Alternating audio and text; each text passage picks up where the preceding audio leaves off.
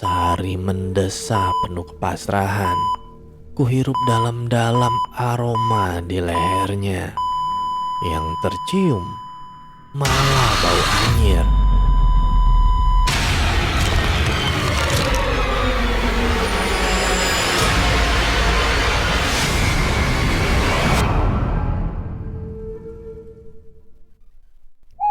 Halo para pecinta kisah horor di luar sana.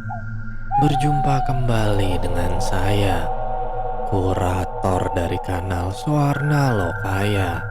Kali ini kita akan membacakan kisah dari akun Twitter Indrawan yang berjudul Ketika Sari Kesurupan. Untuk para pendengar yang mau membaca kisah ini secara langsung, saya juga menampilkan link pada kolom deskripsi. Dan silakan follow akun penulis. Sebelum kita masuk ke dalam ceritanya, saya mohon dukungan dari para pendengar untuk klik subscribe, like, and share. Dan jangan lupa aktifkan lonceng notifikasinya agar para pendengar tidak ketinggalan kisah-kisah terbaru dari Suarna Lokaya. Untuk para pendengar yang sudah memberikan dukungan, saya ucapkan banyak terima kasih. Dan semoga Tuhan juga melancarkan setiap usaha dari para pendengar.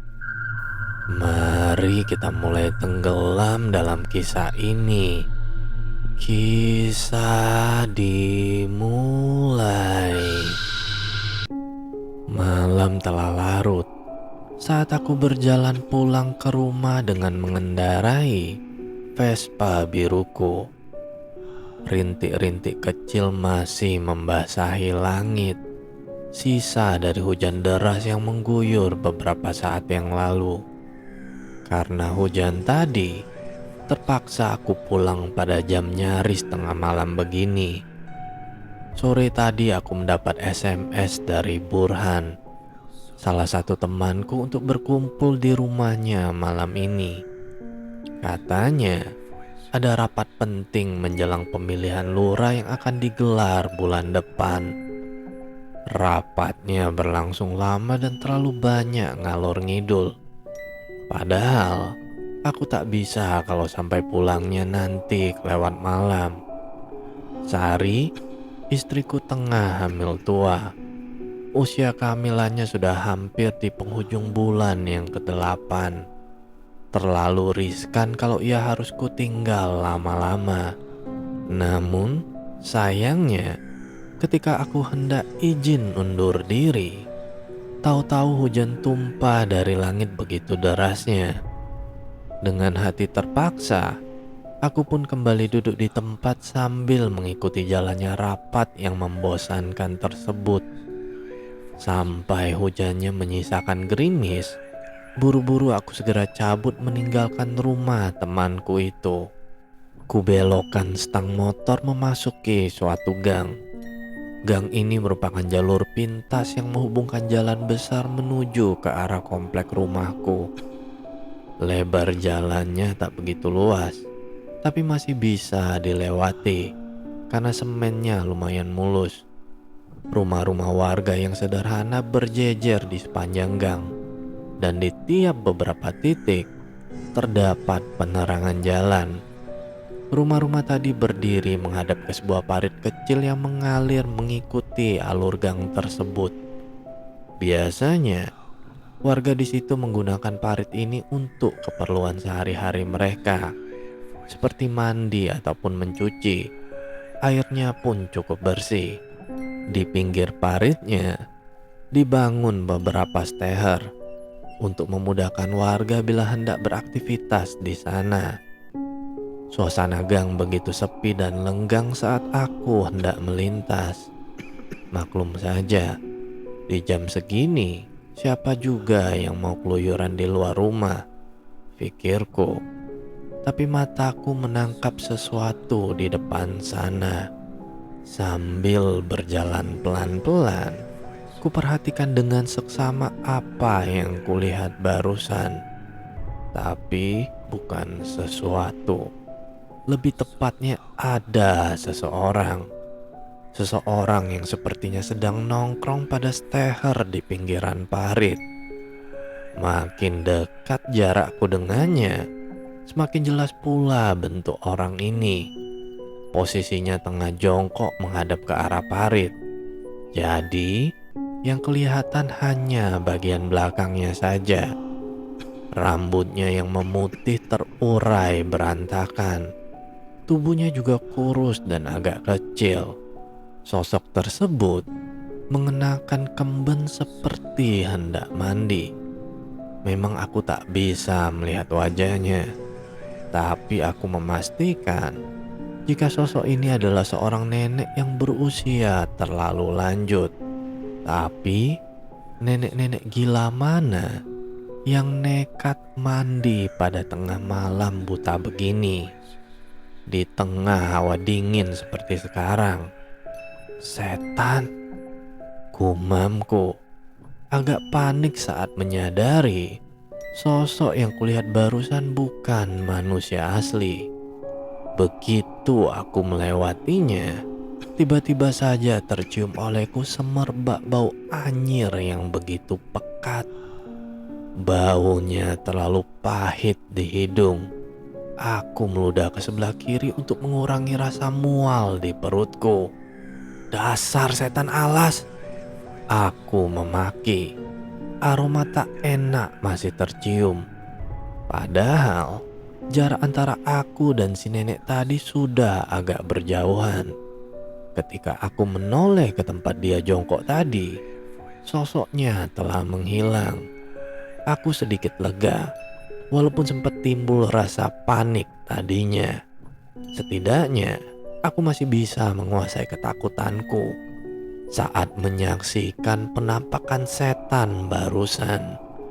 Sedikit ngebut, kembali ke pacu motor menuju ke rumah yang sudah tak begitu jauh lagi jaraknya. Namun, perasaanku tiba-tiba saja merasa tak nyaman. Sari membukakan pintu rumah dengan tampang kusut. Abang ini gimana sih? Udah tahu bini lagi bunting, bukannya pulang awal. Malam-malam buta begini baru nongol. Ia mengomeliku dengan mulut dimonyongkan. Maaf dek, kilaku cengengesan. Hujannya kan deras banget dek. Abang tunggu sampai berhenti. Kalau nggak gitu gimana abang bisa pulang? Sari malah menjawab dengan sengit. Lalu, ngapa nggak pulang sebelum hujan aja? Aku memilih untuk diam. Untuk saat ini Sari tak boleh disanggah. Urusannya bisa panjang nanti. Lagi pula, ia sedang mengandung. Aku tak tega berdebat dengannya. Aku mau ngelanjutin tidur dulu. Abang bersihin badan dulu, baru boleh masuk kamar, perintahnya sambil berlalu. Iya, kataku dengan menghela nafas. Di jalan tadi ketemu setan, sampai di rumah malah diomeli bini. Duh, dasar apes, batinku mengeluh. Sari sudah tergolek di atas kasur empuk ketika aku menuju ke kamar mandi. Setelah bersih-bersih, segera aku masuk ke kamar menyusulnya. Aku juga ingin langsung memejamkan mata. Berkali-kali sudah aku menguap saking ngantuknya. Di kamar, Sari yang tadinya sedang berbaring, kini tengah duduk dengan punggung tegak di atas tempat tidur. Ia menatapku dengan bibir senyum mereka. Aku merasa agak aneh dengan perubahan sikapnya ini. Tadi ngomel-ngomel, kenapa sekarang malah cengar-cengir ganjen? Edan.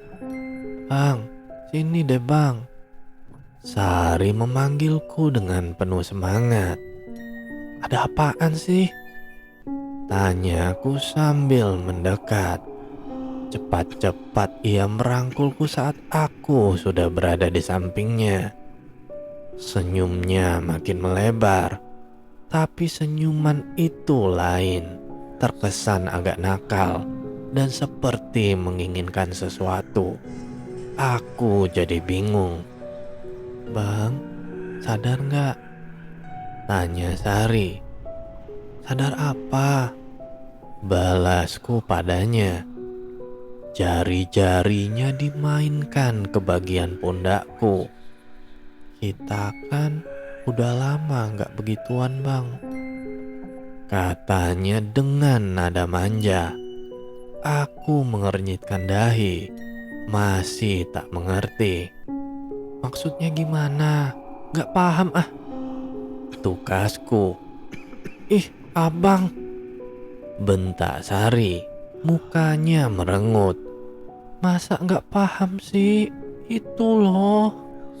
Aku tertawa, tahu maksud pembicaraannya. "Oh, yang itu ya," jawabku sambil membelai rambut Sari. "Perutmu udah segede gitu, gimana caranya coba? Bahaya ntar," tolakku. "Tapi kan udah lama banget ini, Bang. Ayo," celoteh Sari masih ngeyel. "Aduh dek, abang gak berani. Kalau perutmu kenapa-napa nanti kan repot," kilaku. "Bisa kok bang, ayo dicoba yuk." Ia makin memaksa. Ia mencubit halus dadaku. Rangkulannya semakin ketat mendekap. Entah kenapa, Sari malam ini tak pernah-pernahnya ia liar seperti sekarang. Mungkin salah makan, atau memang gejolak hasratnya yang telah tertahan cukup lama sejak perutnya membesar. Sebenarnya, aku pun ragu untuk melampiaskan keinginan yang sama karena takut resiko hamil besarnya itu. Tapi Sari tetap ngotot. Ia menciumi wajah dan menggerayangi tubuhku. Aku jadi tergelitik dengan godaannya, hingga diriku ikut terbawa suasana yang mendadak romantis. Tubuh Sari lalu kubaringkan dan mulai membalas ciumannya. Kedua tanganku menyingkapkan daster yang dikenakannya. Sari mendesah penuh kepasrahan. Kuhirup dalam-dalam aroma di lehernya. Yang tercium malah bau anyir. Loh kok, batinku. Aku masih ingat betul aroma ini. Aroma yang persis sama pada saat aku bertemu dengan sosok nenek di gang tadi. Seketika Sari tertawa, namun tawanya janggal. Nadanya mengekeh seperti suara orang tua, suara nenek-nenek.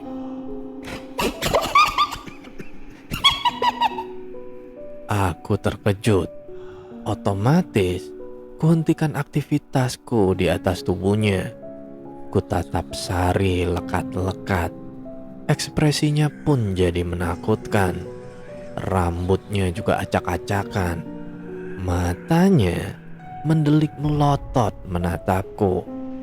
Dia terkekeh-kekeh sambil masih melempar bujuk rayunya. Kok berhenti bang? Ayo dong bang, tanggung ini. Astaga, kata batinku. Baru sadar kalau Sari kesurupan. Pantas saja perilakunya jadi tak wajar sedari aku pulang tadi.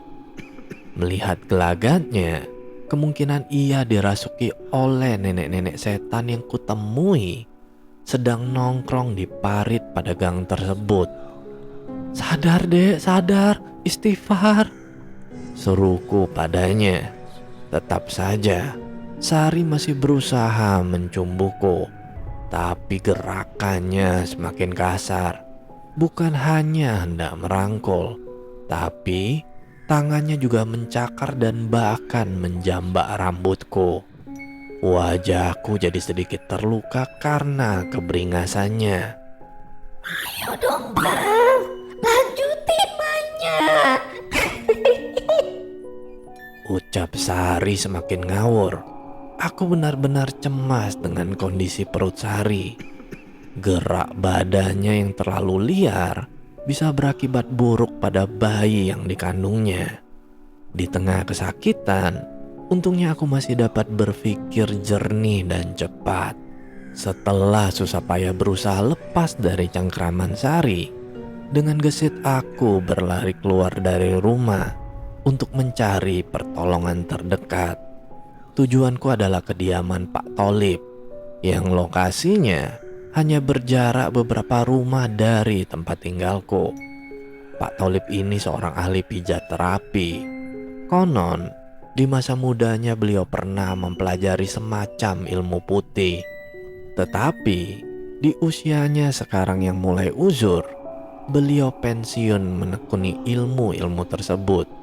Namun, kadang-kadang jika ada yang meminta bantuan soal perkara yang goib, beliau tak sungkan untuk datang membantu.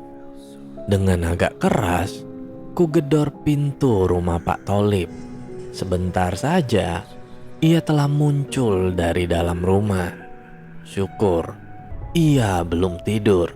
Ku ceritakan dengan ringkas maksud dan tujuanku menemuinya. Sontak, beliau langsung bersedia menolong. Sesampainya di rumah, Sari masih tertawa terkekeh-kekeh sendiri di dalam kamar. Penampilannya benar-benar berantakan. Daster yang tadinya ia pakai sekarang telah terlepas dari tubuhnya. Untungnya ia masih memakai dalaman sehingga auratnya tidak terlalu terekspos. Di atas kasur, ia asik meliuk-liukkan tubuhnya seperti penyanyi Reza dalam video musik pertama. Aduh Gusti, keluhku. Tak percaya melihat kelakuan istriku yang tengah kesurupan. Tapi agak lucu. Kenapa harus joget segala? Mending badan seksi. Sambil menahan malu, buru-buru kututupi tubuh Sari dengan selimut lebar. Sekejap kemudian, ia meronta-ronta minta dilepaskan saat kupeluk dirinya. Pak Tholib berdiri tenang. Sorot matanya yang tajam mempelajari situasi yang tengah ia hadapi. "Bang Sobri, ada ketemu dengan seorang nenek-nenek ya?" tanya beliau kepadaku. "Ada Pak, tadi saat saya pulang." Aku menjawab. Ia mengelus jenggotnya yang tipis. "Itu nenek ngikutin Bang Sobri pulang, lalu ngerasukin si Sari. Kalau saya lihat, kayaknya dia naksir sama kamu," tukas Pak Tholib. Lalu ia tertawa kecil. Aku tertawa juga, tapi tawaku datar. Sudah aku tebak juga, jika setan tersebut memang membuntutiku hingga ke sini. Pasalnya, bau anyir yang khas itu terus mengikuti. Bahkan saat aku menginjakkan kaki di depan rumah. Yang tak dapat kuterima, ternyata aku ditaksir oleh setan yang berwujud nenek-nenek tadi. Sungguh tak terkirakan oleh benakku sebelumnya. Aku jadi syok mendengar kabar buruk ini. "Gak apa-apa, dia gak berbahaya kok. Cuma kasihan, istrimu sampai kena getahnya juga," ucap Pak Tholib seraya memegang ubun-ubun Sari. Lalu beliau berbisik pelan, kemudian menarik telapak tangannya dari kepala Sari. Sekejap, tubuh Sari pun jatuh lemas. Yang tadinya tertawa-tawa dan berontak penuh nafsu, sekarang ia terkulai lemah dalam pelukanku. Sungguh ajaib. Dan sepertinya ia mulai berangsur pulih. "Dek," panggilku, memastikan Sari kalau ia telah bebas dari kerasukannya. Ia menyahut dengan tangis ketakutan. Bang, tadi ada nenek-nenek muka serem masuk ke kamar kita, Bang. Dia deketin aku. Habis itu aku udah gak inget apa lagi, Bang. Ceritanya sambil menangis. Ku tenangkan dia, seraya mengusap-ngusap rambutnya. Udah, dia cuma iseng aja. Jangan khawatir, dia udah saya usir pergi, ucap Pak Tolip santai. Makanya, Bang Sobri, jangan suka pulang kemalaman kalau istri lagi hamil. Takutnya ya kejadian gak terduga kayak gini. Lanjut Pak Tolip dengan bijak. Iya Pak, saya kapok. Terima kasih banyak ya Pak atas bantuannya. Kalau nggak ada Bapak nggak tahu deh saya. Kataku penuh rasa sesal. Ya, kalau semua udah beres, saya mau izin pamit dulu. Udah ngantuk berat saya, tukas Pak Tolip. Lalu ia menguap lebar. Sekali lagi terima kasih banyak ya Pak. Maaf udah merepotkan, kataku sambil tak lupa menciumi punggung tangannya yang terasa dingin. Ku antarkan beliau sampai ke teras rumah. Dan akhirnya ku rangkul erat tubuh Sari dengan perasaan penuh kasih sayang. Keesokan harinya, tanpa berlama-lama, ku bawa Sari ke klinik dokter kandungan. Aku sangat cemas akan kesehatan Sari dan juga kehamilannya. Setelah kejadian aneh tadi malam, setelah diperiksa, baik kondisi Sari dan bayi di dalam perutnya ternyata baik-baik saja. Kuucapkan syukur berkali-kali. Hanya saja, Sari masih merasa lemah. Namun ia cuma perlu beristirahat yang cukup. Begitu kata si dokter. Kami berdua tiba di rumah saat Pak Tolip lewat dengan mengendarai motor tuanya. Ketika melihat kami, ia berhenti untuk singgah sejenak. Dari mana kalian? Sari udah mau beranak ya? Tanyanya dengan ramah. Belum Pak, habis meriksain kondisinya setelah kejadian yang tadi malam, jawabku malu-malu. Hah? Kejadian yang tadi malam? Emang ada kejadian apa? Tanya Pak Tolip dengan nada bingung. Aku dan Sari saling berpandangan. Loh, masa Bapak udah lupa? Kan Bapak sendiri yang suami saya panggil ke rumah ini semalam, terang Sari. Namun Pak Tolip masih nampak kebingungan dengan apa yang ia ucapkan. Kemudian aku dan Sari menceritakan ulang peristiwa kesurupan semalam pada beliau. Bisa jadi ia mudah lupa karena faktor usianya. Walaupun sebenarnya agak janggal kalau ia gampang lupa begitu cepatnya. Pak Tolip menggaruk-garuk kepalanya yang dipenuhi uban. Rona wajahnya masih menyiratkan kesan tak mengerti. Aneh juga. Saya nggak tahu ada kejadian yang seperti kalian bicarakan sekarang. Seingat saya nggak ada tuh saya datang ke sini tadi malam. Jelasnya lagi. Sari jadi agak berang. Dikiranya Pak Tolip sedang bercanda. Lah, Bapak yang nyembuhin saya kok. Malahan Bang Sobri yang pergi ngejemput di rumahnya Bapak, repet Sari. Masalahnya, tadi malam saya nggak ada di rumah. Saya nginep di tempat sepupu karena nggak bisa pulang. Hujan deras semalam. Ini saya aja baru mau pulang ke rumah, pungkas Pak Tolip dengan nada tegas dan serius. Untuk yang kedua kalinya, aku dan Sari saling berpandangan. Kami benar-benar kebingungan. Ia memeluk lenganku kuat-kuat lalu bergidik.